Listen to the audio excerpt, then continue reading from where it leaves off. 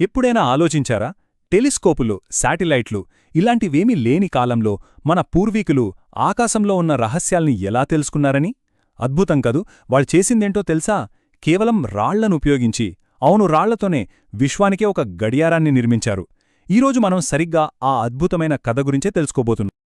అసలు ప్రశ్న ఇక్కడే మొదలవుతుంది. ఆలోచించండి, గడియారాలు లేవు, క్యాలెండర్లు లేవు, మరి సమయాన్ని ఎలా లెక్కించేవాళ్లు? పంటలు ఎప్పుడు వేయాలి, ఏ పండగ ఎప్పుడు జరుపుకోవాలి, ఈ విషయాలు వాళ్లకి ఎలా తెలిసేవి? ఈ ప్రశ్నే మన ఈ అన్వేషణకు నాంది పలుకుతోంది. సమాధానం అనుకున్నంత కష్టమేం కాదు, కాని చాలా శక్తివంతమైనది.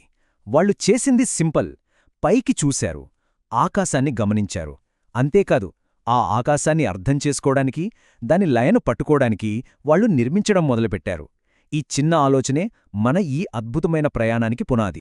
ఎందుకంటే ఆ పురాతన నాగరికతలకు ఆకాశమనేది ఒక కాన్స్టెంట్, అంటే ఎప్పుడూ ఉండేది, నమ్మదగినది. దాని కదలికలను కూడా వాళ్ళు ఊహించగలిగారు. సూర్యోదయం, సూర్యాస్తమయం, పౌర్ణమి ఇవన్నీ వాళ్లకి ప్రకృతి ఇచ్చిన గడియారంలోని ముళ్ళుల్లాంటివి.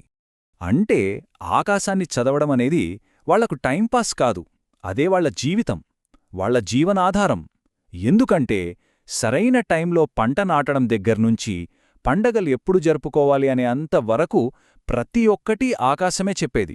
చెప్పాలంటే వాళ్ల మనుగడ మొత్తం దానిమీదే ఆధారపడి ఉండే. మరి ఈ పురాతన జ్ఞానం కేవలం కథల్లోనే ఉండిపోలేదు. రాళ్ల రూపంలో భూమిమీద ఇప్పటికీ మన కళ్ల ముందు నిల్చే ఉంది.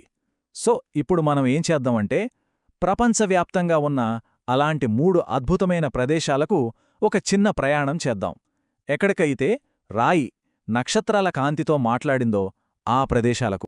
మన ప్రయాణంలో ఫస్ట్ స్టాప్ చాలామందికి తెలిసిన ప్రదేశమే, ఇంగ్లాండ్లోని స్టోన్హెంజ్. దీన్ని చూడగానే అదేదో రాళ్ల గుంపు అనుకుంటే పొరపాటే. ఇది ఒక ఖచ్చితమైన ఖగోళ యంత్రం. ఇక్కడ మనల్ని ఆశ్చర్యపరిచే విషయమేంటంటే దాని ఖచ్చితత్వం. చూడండి, వేసవిలో అంటే సంవత్సరంలోకెల్లా అత్యంత పొడవైన రోజున సూర్యుడు కరెక్ట్గా ఒక నిర్దిష్ట రాయిమీదుగా ఉదయిస్తాడు.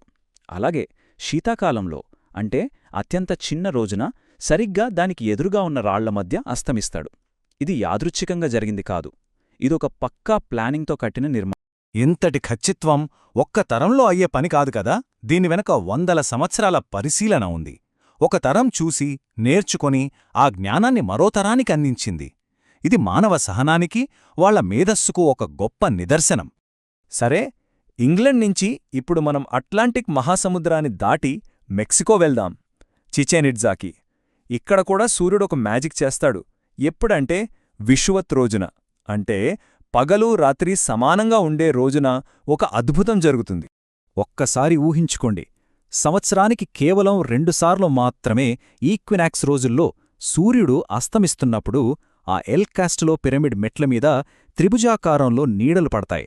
అలా పడిన నీడలన్నీ కలిసి చూస్తే ఒక పెద్ద పాము ఆ పిరమిడ్ పైనుంచి మెల్లగా కిందకి పాకుతున్నట్టు కనిపిస్తుంది. ఇది నిజంగా కళ్లతో చూస్తే తప్ప నమ్మలేనొక అద్భుతమైన దృశ్యం. ఇదేదో అనుకోకుండా ఏర్పడిన నీడల ఆట కాదు. ఇది ఖగోళశాస్త్రం, వాస్తుశిల్పం కలిపి ప్రదర్శించిన ఒక అద్భుతమైన నాటకం. మాయన్లు కావలనే ఈ నిర్మాణాన్ని ఇలా కట్టారు.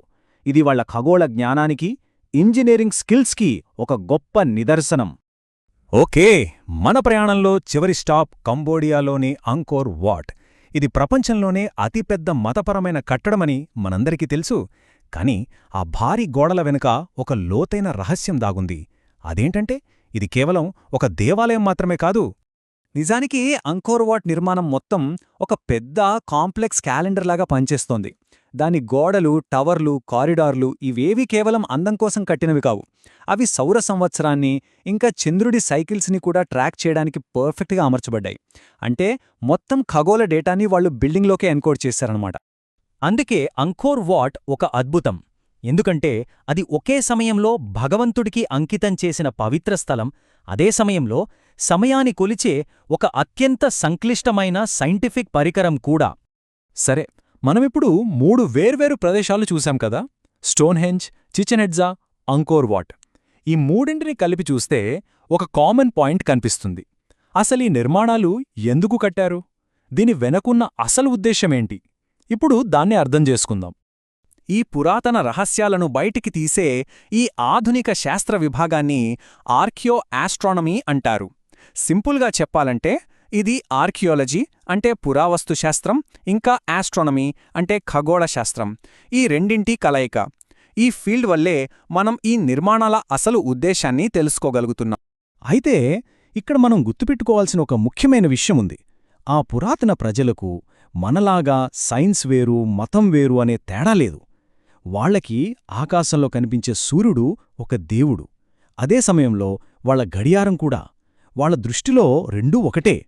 అందుకే వాళ్ళేం చేశారంటే భూమిమీద కట్టే నిర్మాణాలని ఆకాశంలో ఉన్న నక్షత్రాలతో, సూర్యచంద్రులతో సింక్ చేశారు. అలా చేయడం ద్వారా వాళ్ల ప్రపంచానికి ఒక ఆర్డర్, ఒక స్థిరత్వం తెచ్చుకున్నారు. సింపుల్గా చెప్పాలంటే భూమికి, ఆకాశానికి మధ్య ఒక కనెక్షన్, ఒక బ్యాలెన్స్ సృష్టించారు. ఇక ముగింపుకు వస్తున్నాం.